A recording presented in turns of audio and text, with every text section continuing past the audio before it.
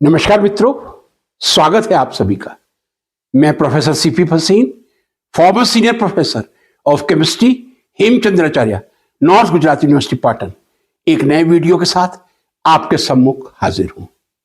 मित्रों, आज 22 मार्च है और 22 मार्च प्रतिवर्ष विश्व जल दिवस या वर्ल्ड वाटर डे के रूप में मनाया जाता है। जी हां, प्रतिवर्ष 22 मार्च विश्व जल दिवस या वर्ल्ड वाटर डे के रूप में मनाया जाता है। जल मतलब पानी। प्रारंभ कब हुआ था? 1992 में यूएनओ द्वारा रियो दी जेनेरियो में डेवलपमेंट एंड एनवायरनमेंट पर एक इंटरनेशनल कॉन्फ्रेंस का आयोजन किया गया था और उसी रियो दी जेनेरियो कॉन्फ्रेंस में यह प्रस्ताव पारित हुआ 1993 से प्रतिवर्ष 22 मार्च को विश्व जल दिवस मनाया जाएगा, वर्ल्ड वाटर डे मनाया जाएगा, ताकि विश्व की जनता को जल के उपयोग के प्रति जागरूक किया जा सके, जल की गुणवत्ता के प्रति जागरूक किया जा सके और जल की मितव्ययता के रूप में जागरूक किया जा सके। प्रतिवर्ष 1993 से हम विश्व जल दिवस मनाते हैं। मित्रों, हमारी भारतीय संस्कृति बहुत महान है। मैं कहता हूं, भारतीय संस्कृति से महान कोई संस्कृति नहीं हो सकती। रहीमदास जी कितने साल पहले पैदा हुए थे, लेकिन रहीमदास जी ने उस समय में पानी के महत्व को स्वीकार किया था। वैसे तो जब से इस ब्रह्मांड का आविष्कार हुआ है, पानी का अपना महत्व है, लेकिन उस समय उन्होंने जो दोहा कपलेट कहा था, मैं उसको यहां पेश करना चाहूंगा। रहीमन पानी राखिए, बिन पानी सब सून, पानी बिना ना उभरे मोती मानस चून। फिर रिपीट कर दूं, रहीमन पानी राखिए, बिन पानी सब सून, पानी बिना ना उभरे मोती मानस चून। हिंदी का कपलेट है, सब लोग समझ गए होंगे, फिर भी यह मेरा कर्तव्य है कि मैं इसको स्पष्ट करने का प्रयास करूं। रहीमदास जी कहते हैं, पानी राखिए, बिना पानी के सब सूना है। सूना होने का मतलब जगत या विश्व का अस्तित्व ही नहीं है, ब्रह्मांड का अस्तित्व ही नहीं है। लेकिन उन्होंने 3 ऐसे उदाहरण छांटे थे। मोती, यदि मोती में पानी नहीं होगा तो उस मोती का कोई मूल्य नहीं होगा, मूल्यहीन हो जाएगा। दूसरा मानस, मानस मीन्स मनुष्य, ह्यूमन बीइंग। हमारे शरीर में 60% पानी की ही मात्रा है और यदि 60% में से थोड़ा सा कम डिहाइड्रेट हो जाता है तो हम जानते हैं डिहाइड्रेशन की कितनी विकृति हमारे शरीर को झेलनी पड़ती है। और यदि पूर्णतः निकल जाए तो फिर मानव का अस्तित्व ही खत्म हो जाएगा। तीसरा उन्होंने, रहीमदास जी ने उदाहरण लिया था चून। चून एक हिंदी का शब्द है आटे के लिए, जिसको हम फ्लोर कहते हैं। आटा चाहे गेहूं का हो, मैदे का हो, बाजरे का हो, आजकल रागी आ गया, रागी का हो। जब भी आप किसी भी आटे को गूंदेंगे, पानी की आवश्यकता पड़ेगी। आप पूरी तरह आटे को जरा घी में या तेल में गूंदने का प्रयास करिए, आप निष्फल ही होंगे। तो रहीमदास जी ने यह कहा था, रहीमन पानी राखिए, बिन पानी सब सून, पानी बिना ना उभरे मोती मानस चून। स्पष्ट हो गया होगा। और यदि मैं ये बात करूं, पृथ्वी पर जो पानी की मात्रा है वो 70% या इससे थोड़ी अधिक ही है, लेकिन पीने योग्य पानी कितना है? 1% या उससे भी कम।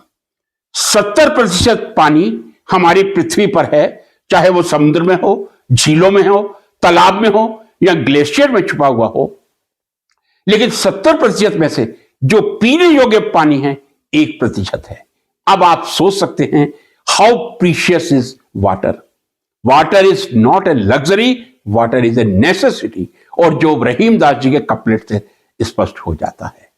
मित्रों, इस समय यदि मैं बात करूं समूचे देश की जनसंख्या की, तो हमारे देश की जनसंख्या 145 करोड़ है और समूचे विश्व की जनसंख्या की बात करूं लगभग 800 करोड़ है। और यह चौंकाने वाला आंकड़ा है कि 800 करोड़ में से लगभग 200 करोड़ ऐसे विश्व के नागरिक हैं जिनको पीने का सुरक्षित पानी उपलब्ध नहीं है। जी हां, विश्व की 800 करोड़ में से एक चौथाई जनता को सेफ ड्रिंकिंग वाटर अवेलेबल नहीं है और लगभग प्रतिवर्ष 2 लाख मौत केवल पानी के अभाव के कारण हो जाती है। पानी की इतनी कमी है। 1992 में रियो दे जेनेरियो में डेवलपमेंट एंड एनवायरनमेंट पर जो कॉन्फ्रेंस करके पानी के प्रति जागरूकता पैदा करने के लिए प्रतिवर्ष विश्व जल दिवस, वर्ल्ड वाटर डे मनाया जाता है। कितने लोग हम जानते हैं कि आज वर्ल्ड वाटर डे या विश्व जल दिवस है? हम सब कल्चर्ड हैं, संस्कारित हैं, सुसभ्य हैं, सुशिक्षित हैं, लेकिन जब हमको मालूम नहीं होगा तो देश की जो ग्रामीण जनता है उसको कहां से मालूम होगा? कर्तव्य तो यह बनता है कि आज देश की हर सोसाइटी में, जितनी कल्चर्ड सोसाइटी है सो कॉल्ड, एक मीटिंग होनी चाहिए, एक डिस्कशन होना चाहिए कि हम किस तरह पानी की बचत कर सकते हैं और पानी आने वाली पीढ़ी के लिए सुरक्षित कर सकते हैं। इस बात को मैं यहीं छोड़ देता हूं। दूसरी बात पर आता हूं। जब हम पानी की बात करते हैं, एक बात मैं यहां स्पष्ट करना चाहूंगा, कई लोगों के मन में यह प्रश्न हो सकता है और नहीं भी हो सकता। जब भी हम कोई चीज खरीदते हैं, एक्सपायरी डेट जरूर देखते हैं। इवन आजकल जितने मिष्ठान भंडार हैं, पिछले 2 या 3 वर्षों या 4 वर्षों से वहां भी मैन्युफैक्चरिंग और एक्सपायरी डेट दोनों मेंशन करना कंपलसरी है। हर पानी की बोतल पे एक्सपायरी डेट होती है। 1 लीटर चाहे बिस्लरी हो, 5 लीटर हो, 25 लीटर हो या दूसरा कोई किनले ब्रांड हो या दूसरा कोई हो। अब प्रश्न ये उठता है, जब हम एक्सपायरी डेट देखते हैं तो हम ये मानते हैं 1 साल की है तो 1 साल के बाद पानी एक्सपायर हो गया। लेकिन ये थोड़ा सा आश्चर्यजनक कह दूं या क्या शब्द यूज करूं ये नहीं समझ पा रहा हूं, लेकिन मैं मुख्य बिंदु पर आ जाता हूं। फ्रेंड्स, पानी की कोई एक्सपायरी डेट नहीं होती। यदि दुनिया में कोई ऐसी चीज बनी है जिसकी कोई एक्सपायरी डेट नहीं है तो मैं समझता हूं वो पानी ही हो सकता है। जो फिर यदि आप कहेंगे यदि पानी की एक्सपायरी डेट नहीं है, पानी कभी एक्सपायर हो ही नहीं सकता, तो फिर बोतलों पे क्यों मैन्युफैक्चरिंग और एक्सपायरी डेट लिखी जाती है? फ्रेंड्स, वो पानी की नहीं, वो बोतल की एक्सपायरी डेट है। 1 साल के बाद प्लास्टिक कंटेमिनेशन इतना पानी में आ जाता है कि शायद वो पीने योग्य ना रहे। तो प्लास्टिक के कणों के कारण एक्सपायरी डेट मेंशन की जाती है। पानी की कभी कोई एक्सपायरी डेट नहीं हो सकती। यदि मेरे इस वक्तव्य में कहीं कंट्राडिक्शन हो तो कृपया कमेंट बॉक्स में लिखें। जहां तक पीने के पानी का प्रश्न है, अब मैं भारत तक अपने आप को सीमित करता हूं। भारत की क्या स्थिति है? हर वर्ष जब मैं देखता हूं, मार्च के बाद अप्रैल, मई, जून में अनेक ऐसे आपको समाचार पत्रों में उदाहरण मिल जाएंगे जहां लिखा हुआ आता है 4 या 5 किलोमीटर से महिलाएं अपने सिर पर पानी के मटके उठाकर 4-4, 5-5 मटके एक साथ उठाकर 4 या 5 किलोमीटर की यात्रा तय कर अपने घर में पानी की आपूर्ति करते हैं। ये एक दुखद तो है, 4-5 किलोमीटर पैदल चलना और वो भी 5 मटके पानी के लेकर, कितना कष्टप्रद हो सकता है उन महिलाओं के लिए। दूसरी बात पर आ जाऊं, पानी की क्वालिटी। पानी की क्वालिटी के मापदंड क्या हैं? कलर एक रंग होता है सबसे पहले जो पानी की क्वालिटी डिसाइड करता है। कलर में यदि कलर उसका ट्रांसपेरेंट क्लियर नहीं है तो पानी पीने योग्य नहीं है। उसके बाद मटमैलापन, जिसको इंग्लिश में मैं टर्बिडिटी कह सकता हूं। टर्बिडिटी के बाद तीसरा पैरामीटर जो आता है वो पीएच का आता है। सामान्यतः हम कहते हैं जो पानी की पीएच होनी चाहिए वो 7 के पास होनी चाहिए तो न्यूट्रल होता है। आजकल एक एल्केलाइन वाटर का ट्रेंड चल रहा है, लेकिन मैं उस पर कोई कमेंट नहीं करूंगा कि 7.4 या 7.5 पीएच का आप पानी पिएंगे तो आपका स्वास्थ्य उत्तम रहेगा, लेकिन मैं कोई कमेंट नहीं करना चाहूंगा। और चौथा जो होता है वो होता है लेप्टोमेट्रिक पैरामीटर। पानी की गंध कैसी है, स्वाद कैसा है, हम संवेदन करके मालूम कर सकते हैं। ये पैरामीटर हैं। कलर कह दूं, टर्बिडिटी कर दूं, पीएच कह दूं, और लेप्टोमीटर पानी का गंध कैसा है और पानी का स्वाद कैसा है। ये पैरामीटर हैं जो किसी भी पानी को पीने योग्य बनाते हैं, या ये मापदंड हैं जिसके आधार पर हम ये निर्णय कर सकते हैं पानी पीने योग्य है या नहीं है। मित्रों, अनेक योजनाएं हमारे देश में भी चली हैं। उसमें एक हर घर नल से पानी, हर घर नल से पानी, पानी पहुंच रहा है, इसमें कोई दो राय नहीं है। लेकिन वो पानी कितना सुरक्षित है, कितना पीने योग्य है। आज मैं समझता हूं हमारे देश में जितने भी शहर, metro cities, big cities, even town की बात करूं, काफी ऐसे घर हैं जहां आरओ लगा हुआ है। आरओ से ना केवल अनवांटेड टीडीएस कम होता है, अपितु यदि उसमें यूवी रेडिएशन पास किए जाएं तो बैक्टीरिया भी किल होते हैं। लेकिन प्रश्न वही उठता है, कितने परिवार भारत में ऐसे होंगे, या कितने प्रतिशत ऐसे परिवार होंगे जिनके घरों में आरओ लगा हुआ है। और यदि मैं एक अनुमान कह दूं, ये मेरे पास कोई एग्जैक्ट डेटा नहीं है, मैं नहीं समझता कि 0.001% से अधिक आरओ आपको 145 करोड़ की जनता में मिल जाएंगे। फिर मैं अपना अनुमान प्रदर्शित कर रहा हूं, 0.00% आरओ घरों में मिलेंगे, इसके अलावा आरओ नहीं मिलेंगे। और यही कारण है कि हर 5 मिनट में हमारे देश में 2 बच्चों की मौत इन्फेक्टेड वाटर के कारण हो जाती है। नल से पानी प्रधानमंत्री जी की एक अति उत्तम योजना है, लेकिन नल से सुरक्षित पीने योग्य पानी, यह भी हमें एक नारा देना होगा कि जो नल में पानी आ रहा है वो पूर्णतः सुरक्षित आ रहा है। अब प्रश्न उठता है, 2025 में जब भी किसी दिवस की बात करता हूं तो मैं स्पेशल थीम की बात करता हूं। 2025 का जो थीम है वो इस बार है सेव द ग्लेशियर्स। जी हां, यूएनओ द्वारा जो 2025 का स्लोगन दिया गया है वर्ल्ड वाटर्स डे, विश्व जल दिवस मनाने के लिए, वो है सेव द ग्लेशियर्स। ग्लेशियर्स को सेव कीजिए। और आज के मैं हिमाचल के भास्कर में पढ़ रहा था, खासकर जो हिमाचल के ग्लेशियर्स हैं उनके पानी में अपार कमी आई है। व्यास हो या चिनाब नदी हो या रावी नदी हो, तीनों के आंकड़े दैनिक भास्कर ने दिए हैं जो मैं यहां प्रस्तुत नहीं कर रहा हूं। इस बार की थीम ही यह है कि हम ग्लेशियर्स को बचाएं, और ग्लेशियर्स को बचाने के लिए एक ही उपाय हो सकता है, हम पृथ्वी के तापक्रम को बढ़ने से बचाएं। यदि पृथ्वी का तापक्रम बढ़ेगा, ग्लेशियर पिघलेंगे, यह मैं आपको बता दूं। ये जो मैंने बात हिमाचल की कही थी, क्योंकि सर्दियों में हिमाचल में अक्सर पहले बहुत स्नोफॉल हुआ करता था, स्नोफॉल में बहुत ज्यादा कमी आई है। अब शिमला में भी उतना स्नोफॉल नहीं है जितना पहले हुआ करता था। यही कारण है कि जो मैंने आपको रावी, व्यास या चिनाब का उदाहरण दिया है, वो स्नो की कमी का एक प्रतीक है, घटते हुए ग्लेशियर्स का प्रतीक है। किस तरह हम ग्लेशियर्स को सेव कर सकते हैं? हमें पृथ्वी के तापक्रम को नियंत्रित करना होगा, हमें अपनी आवश्यकताओं को कम करना होगा, हमें अपने पर नहीं, आने वाली पीढ़ी के बारे में सोचना होगा।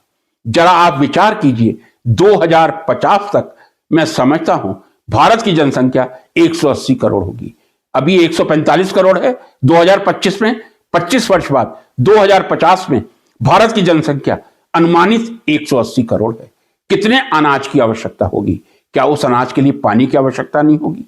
क्या उसके लिए ड्रिंकिंग वाटर की आवश्यकता नहीं होगी? क्या हम वास्तव में पढ़े लिखे व्यक्ति वाटर को सेव कर रहे हैं? कुछ प्रयास चल रहे हैं, जैसे मैं उदाहरण दे रहा हूं, राजस्थान है, गुजरात है, जहां पानी की एक्यूट शॉर्टेज है, वहां पे मनरेगा के द्वारा या दूसरी एनजीओस के द्वारा बरसात से पहले बड़े बड़े गड्ढे खुदवाए जाते हैं ताकि बरसात का पानी वेस्ट ना हो, और वो बरसात का पानी उन बड़े बड़े जो गड्ढे बनाए हैं उनमें इकट्ठा हो, ताकि धीरे धीरे जमीन के अंदर जाए, और जो वाटर टेबल जमीन का बहुत नीचे जा चुका है, कम से कम कुछ तो ऊपर आए। ये एक प्रयास है जिसके द्वारा हम वर्षा के पानी को, यदि वर्षा पर्याप्त हो रही है तो वर्षा के पानी को हम संरक्षित तो कर सकते हैं, मैदानी क्षेत्रों में बड़े बड़े गड्ढे बनाकर वर्षा का पानी एकत्रित करके हम वाटर टेबल को बढ़ा सकते हैं। मैं समझता हूं पहाड़ों से जो पानी आता है उससे पवित्र कोई पानी नहीं हो सकता, लेकिन उसके संग्रह की व्यवस्था मुझे कहीं देखने को नहीं मिलती है। कलेक्टिवली एक संग्रह पहाड़ियों से निकलने वाले पानी का होना चाहिए, या संग्रह हर एक बड़े जहां फ्लैट बने हुए हैं टॉप रूफ पर ऐसा एक व्हाट शुड आई से प्रोविजन करना चाहिए ताकि बरसात का जो पानी आए उसको कलेक्ट किया जा सके। बरसात का पानी काफी साफ होता है और यदि हम उसका प्यूरिफिकेशन कर सकते हैं तो भी ठीक है। यदि हम समय समय पर छत को साफ करवा के केवल बरसात के पानी को इकट्ठा कर सकते हैं तो वो हम घर के काम में ले सकते हैं। कितने ऐसे फ्लैट्स हैं जिनकी छतों पर सोलर पैनल तो हमने बहुत लगा दिए, जहां पानी संग्रह करने की व्यवस्था की है, मैं समझता हूं नहीं की है। सबसे बड़ा कदम यह होना चाहिए वर्षा के पानी को मैदानी इलाकों में या जहां फ्लैट्स हैं वहां छत पर इकट्ठा करके पानी का उपयोग करना चाहिए। वर्षा के पानी का उपयोग करेंगे, शायद हमारी पानी की जो खपत है उसको तो मैं नहीं समझता कि मुझे कोई आसार लगता है कि हम कम करें, लेकिन कम से कम उस वर्षा के पानी का उपयोग करके हम अपने दैनिक जीवन की आवश्यकताओं की पूर्ति कर सकते हैं। मैं समझता हूं एक बिंदु और स्पर्श करना चाहूंगा। यूएनओ ने कई प्रोग्राम डेवलप किए हैं। एक का नाम है SDG, सस्टेनेबल डेवलपमेंट ग्रोथ। यह बताना बहुत जरूरी है, सस्टेनेबल डेवलपमेंट ग्रोथ। और पानी के लिए जो SDG प्रोग्राम यूएनओ का है वो है SDG 6, यानी यूएनओ ने sustainable development growth in the context of water 6 क्यों कहा गया है? उनके 6 सूत्र हैं जिनके आधार पर हम आने वाले समय में क्वालिटी के साथ जनता को पानी उपलब्ध करवा सकते हैं। विश्व स्तर पर मैं समझता हूं यूएनओ की जितनी प्रशंसा की जाए उतनी ही कम है।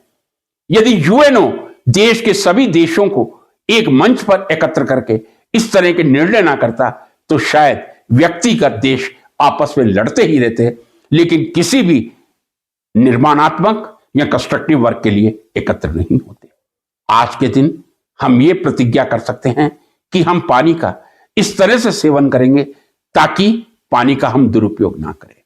रिसाइक्लाइजेशन ऑफ वाटर किया जा सकता है।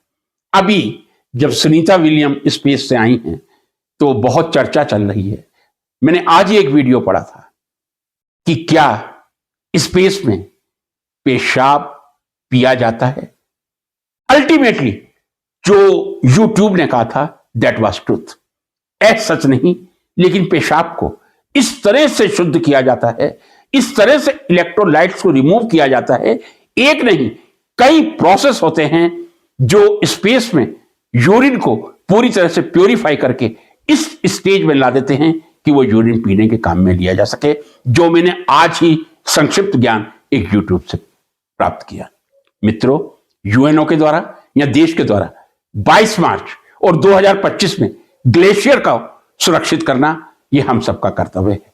पानी है तभी जीवन है। मैं समझता हूं हम लोग जब तक जीवित हैं हमें पानी की इतनी समस्या फेस ना करनी पड़े। लेकिन मैंने आपसे कहा 2050 तक भारत की जनसंख्या जब 180 करोड़ होगी, कितने अन्न उत्पादन की आवश्यकता होगी, कितनी पानी की आवश्यकता होगी। पानी की एक एक बूंद को संरक्षित करें और देश के भविष्य को उज्जवल करें। पानी है तो जीवन है, पानी नहीं है तो कोई जीवन अस्तित्व हो ही नहीं सकता। नमस्कार।